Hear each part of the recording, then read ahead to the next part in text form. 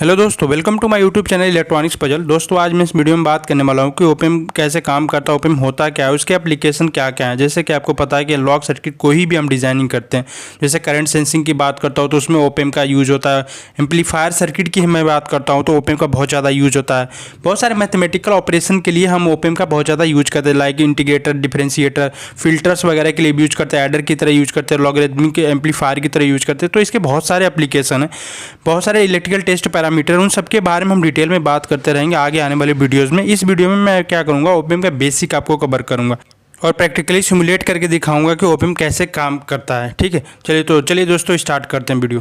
तो basically open का मतलब होता है ऑपरेशनल एम्पलीफायर। ऑपरेशनल एम्पलीफायर इसलिए कहा जाता है कि हम ओपन का यूज करके हम डिफरेंट टाइप्स के सर्किट डिजाइन कर सकते हैं, like adder, subtractor, integrator, differentiator, बहुत सारे डिफरेंट टाइप के मैथमेटिकल ऑपरेशन परफॉर्म कर सकते हैं by using the open. Basically मैं ओपन की बात करता हूँ तो ओपन की ना दो टर्मिनल्स होते हैं, दो इनपुट टर्मिनल्स होते हैं, जिसको हम बोलते हैं non inverting terminals, inverting terminals. इसमें पावर सप्लाई के लिए दो पिंस होती हैं, ठीक, और एक आपको आउटपुट के लिए पिंस आपको मिल जाएगी जब हम सिंगल चैनल की बात करते हैं। ठीक है, सिंगल चैनल ड्यूअल चैनल ओपम आता है, जिसमें एक ही आईसी में दो ओपम होते हैं, उसको डुअल चैनल बोलते हैं और सिंगल चैनल बोलते हैं। ठीक है, अब हमारे जो पुराने लैपटॉप्स, जो हमारे कंप्यूटर्स वगैरह आते थे ना, उसमें बहुत सारा आपको ओपम देखने को मिलता था, क्योंकि इसका यूज होता है बहुत सारे ऑपरेशन परफॉर्म करने के लिए, लाइक एडिशन, सब्ट्रैक्शन, इंटीग्रेशन और डिफरेंशिएशन। इन सबको, ये सारे जितने भी ऑपरेशन है ना, ये पुराने कंप्यूटर्स जो भी आते थे, इसका हम ओपम का यूज करके ऑपरेट करवाते थे। ठीक है,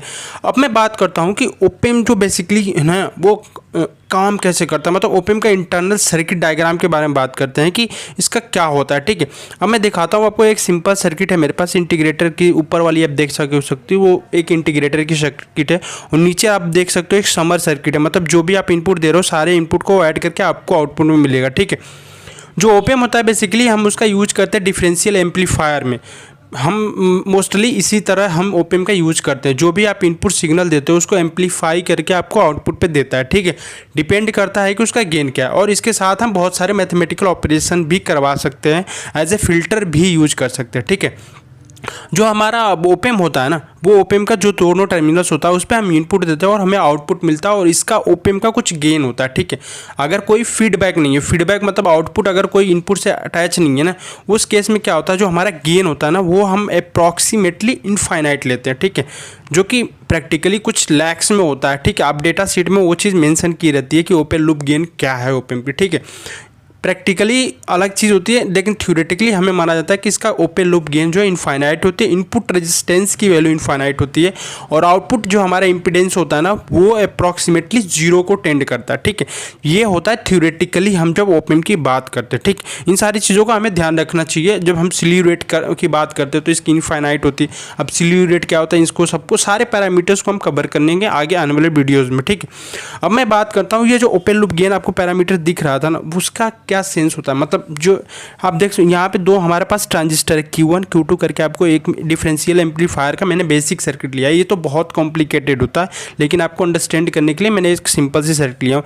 यहाँ पे Q1 Q2 आपको दो ट्रांजिस्टर देख रहा है, और ये इमीटर फॉलोअर आगे लगा है। ठीक है, अब ये जो दोनों Q1 Q2 ट्रांजिस्टर है ना, इसमें क्या होता है कि ये बेसिकली हमारे बेस टर्मिनल पे इनपुट दिया जाता है। ठीक है, और इमीटर फॉलोअर सर्किट का पर्पज़ ना, जो हमारा आउटपुट इम्पीडेंस आपको मैंने बताया था ना कि वो बहुत कम होता है, मतलब टेंस टू जीरो, उसके लिए बेसिकली इमीटर फॉलोअर का मैंने यहाँ पे यूज किया हुआ है। ठीक है, आपको ये बेसिक समझाने के लिए। अब ये जो हमारा Q1 Q2 है ना, ये बेस टर्मिनल पे हम देख सकते हो इनपुट देते हैं। इन्वर्टिंग एक नॉन इन्वर्टिंग इनपुट होता है, एक इन्वर्टिंग इनपुट होता है। इन सब के बारे में हम आगे डिटेल में बात करेंगे कि इन्वर्टिंग सर्किट क्या होती है, नॉन इन्वर्टिंग सर्किट क्या होती है, सबके बारे में हम डिटेल में बात करेंगे। और मैं ये देख सकते हो पूरा एक मैंने कॉम्प्लिकेटेड स्ट्रक्चर आपको दिखाया, जहाँ पर आप ओपम के अंदर देख सकते हो बहुत सारे ट्रांजिस्टर्स यूज़ होते हैं, बहुत सारे कैपेसिटर, रजिस्टर्स भी यूज़ होते हैं। तो ये एक कॉम्प्लिकेटेड सर्किट आपको दिखा रहा हूँ, जिसकी इसको जितना कॉम्प्लिकेटेड दिख रहा है उतना कॉम्प्लिकेटेड होता नहीं है, बहुत सिंपल होता है ओपन को यूज़ करना। प्रैक्टिकली आप उसमें कुछ नहीं करना होता, आपको इनपुट दिया रहता है, आउटपुट दिया रहता है, आपको डिजायर्ड आउटपुट लेना, जैसी भी सर्किट डिजाइन करना आप उसका यूज करके डिजाइन कर सकते हो। एक 741 आईसी है जो कि ओपन की है, इसका मैंने यूज करके यहाँ पे आपको दिखा रहा हूँ। ठीक है, अब पूरा ये सारी चीज़ें हम प्रैक्टिकली कवर करेंगे कि कैसे क्या होता है। ठीक है, अब मैं बेसिक एक सर्किट लेता हूँ जिसे कंपैरेटर सर्किट बोलते हैं, उसके बारे में हम डिटेल में बात करते हैं कि वो कैसे काम करता है। तो जैसे मैं ओपेम की बात करता हूँ तो इसकी जो गेन होती है ओपन लूप गेन वो इनफाइनाइट होती है, ठीक है, थ्योरेटिकली इनफाइनाइट होती है। लेकिन जब आप डेटा शीट वगैरह देखोगे ना तो इसकी जो गेन होती है लाइक लैक्स होती है, 10 लैक्स होती है, ऐसे आपको डेटा शीट में मेंशन की रहती है, depend upon the different types of op-amp, ठीक है। तो इसकी जो दो इनपुट होती है, एक नॉन इन्वर्टिंग होती है, एक इन्वर्टिंग होती है, ठीक है। और यहाँ पे आपको एक सप्लाई पिंस आपको दिख जाएगी, V प्लस V माइनस, ये सप्लाई पिंस होती हैं। प्लस माइनस जो होती हैं ये जो होता है बेसिकली ये इनपुट के लिए होता है। अब मान लो 1 मिली वोल्ट का सिग्नल दे रहे हो ना तो इसका गेन इतना ज़्यादा होता है कि ये एम्पलीफाई करके आपको बहुत ज़्यादा गेन देगा, जो कि बाकी अदर जो कंपोनेंट्स लगे रहेंगे सर्किट में वो एक्चुअली इसको टॉलरेट नहीं कर पाए, एक तरीके से वो वर्क नहीं कर पाएंगे, ठीक है। तो बेसिकली ये चीज़ होता है उसका ओपन लूप गेन का, ठीक है। अब मैं यहाँ पे एक सिंपल सी सर्किट लिया हूँ, ठीक है। यहाँ पे आप देख सकते हो 3 वोल्ट और 4 वोल्ट मैंने एक इनपुट अप्लाई किया है ओपेम के ऊपर, जबकि पॉजिटिव पे देखोगे तो आप 4 वोल्ट है और निगेटिव टर्मिनल पे देखोगे तो 3 वोल्ट है। पॉजिटिव वाले को नॉन इन्वर्टिंग टर्मिनल कहते हैं, निगेटिव वाले को इन्वर्टिंग टर्मिनल हम कहते हैं, ठीक है। और इसका जो आपको आउटपुट देखने को मिल रहा है 15 वोल्ट देखने को मिल रहा है। अब ये जो इसका जो सप्लाई होता है ना ये ओपेम का, ये मैंने यहाँ पे सप्लाई 15 वोल्ट कर रखा है पॉजिटिव में, माइनस 15 वोल्ट कर रखा है निगेटिव में, तो टोटल आप सप्लाई वोल्टेज देखो तो 30 वोल्ट हो गया, ठीक है। और यहाँ का गेन आपको दिख रहा है 100 के, इसका ओपन लूप गेन है ओपेम का, ठीक है।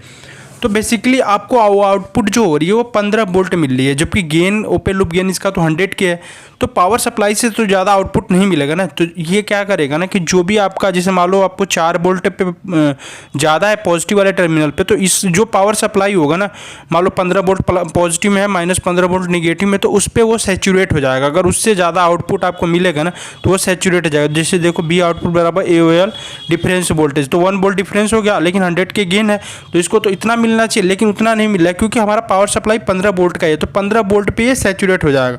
अगर निगेटिव में था तो माइनस 15 वोल्ट पे सैचुरेट हो जाता है, ठीक है। जो नॉन इन्वर्टिंग टर्मिनल आपको बता रहा हूँ ये देख सकते हो आप, जो मैंने 3 नीचे मारा है, नॉन इन्वर्टिंग पे 4 वोल्ट है, इन्वर्टिंग पे 3 वोल्ट है। तो डिफरेंस आप देखोगे तो non inverting terminal minus inverting terminal, तो 4 माइनस 3 बराबर 1 वोल्ट मिलेगा। तो 1 वोल्ट को ये 15 वोल्ट आउटपुट मिल रहा है क्योंकि पावर सप्लाई इसकी 15 वोल्ट पे है, 15 वोल्ट प्लस माइनस है, ठीक है। और प्लस इसलिए मिल रहा है क्योंकि नॉन इन्वर्टिंग टर्मिनल का वोल्टेज ज़्यादा है, ठीक। ये बेसिक कंसेप्ट हो गया, ओपन लूप गेन के बारे में हम बात करते हैं, ठीक है।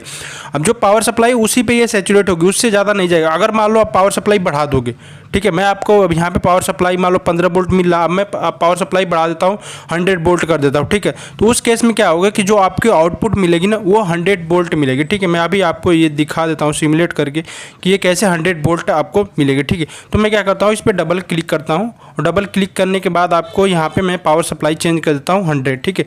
अब जैसे मैं 100 करूँगा तो यहाँ का डिफरेंस 1 वोल्ट हो जाएगा, और लेकिन वो एम्पलीफाई 100 वोल्ट तक जो है क्योंकि पावर सप्लाई है 100 वोल्ट पे लिमिट हो जाएगी, ठीक है, वहीं पे सैचुरेट हो जाएगा। तो इसको बोलते हैं V सेट, मतलब सैचुरेशन वोल्टेज। देख रहे हो 100 किलो वोल्ट पे अगर मैं वो कर देता हूँ तो 100 किलो वोल्ट ये आउटपुट आपको मिलने लगता है, ठीक है।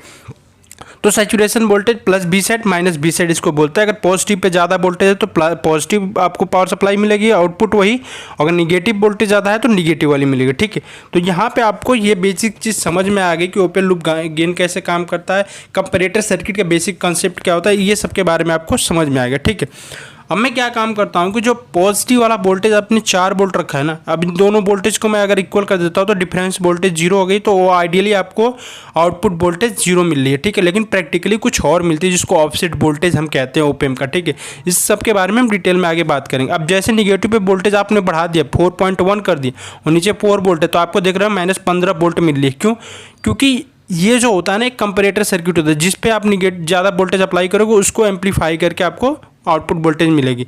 लेकिन अब ये देख सकते हो निगेटिव वोल्टेज ज़्यादा है तो आउटपुट आपको माइनस V सेट मिल रही है, ठीक है। जो निगेटिव सप्लाई ओपेम की वो मिल रही है, ठीक है। इससे ज़्यादा नहीं मिलेगी क्योंकि पावर सप्लाई जितना रहेगी उतना आपको मिलेगा, ठीक है, अगर आप ओपन लूप गेन की बात करते हो, ठीक है। ये बेसिक होगा, समझ में आ गया कि पॉजिटिव निगेटिव में क्या डिफरेंस होता है और कब ये निगेटिव आउटपुट मिलता है, कब पॉजिटिविटी मिलता है। तो ये ओवरऑल स्टोरी है ओपेम की, जब हम कोई भी फीडबैक नहीं देते हैं।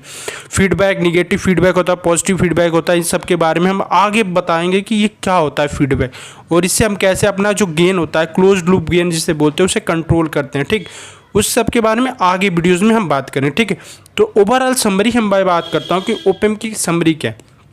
पहली बात, इसकी दो टर्मिनल होता है। इसको पॉजिटिव जो होता है उसको नॉन इन्वर्टिंग टर्मिनल बोलते हैं, जो निगेटिव इनपुट होता है उसको इन्वर्टिंग टर्मिनल के नाम से हम जानते हैं। इसकी दो पावर सप्लाई होती है, पॉजिटिव सप्लाई, निगेटिव सप्लाई, जो पे मोस्ट ओपन काम करते हैं, ठीक। और एक इसका आउटपुट पिन होता है जो कि आउटपुट हम जहाँ से लेते हैं, ठीक।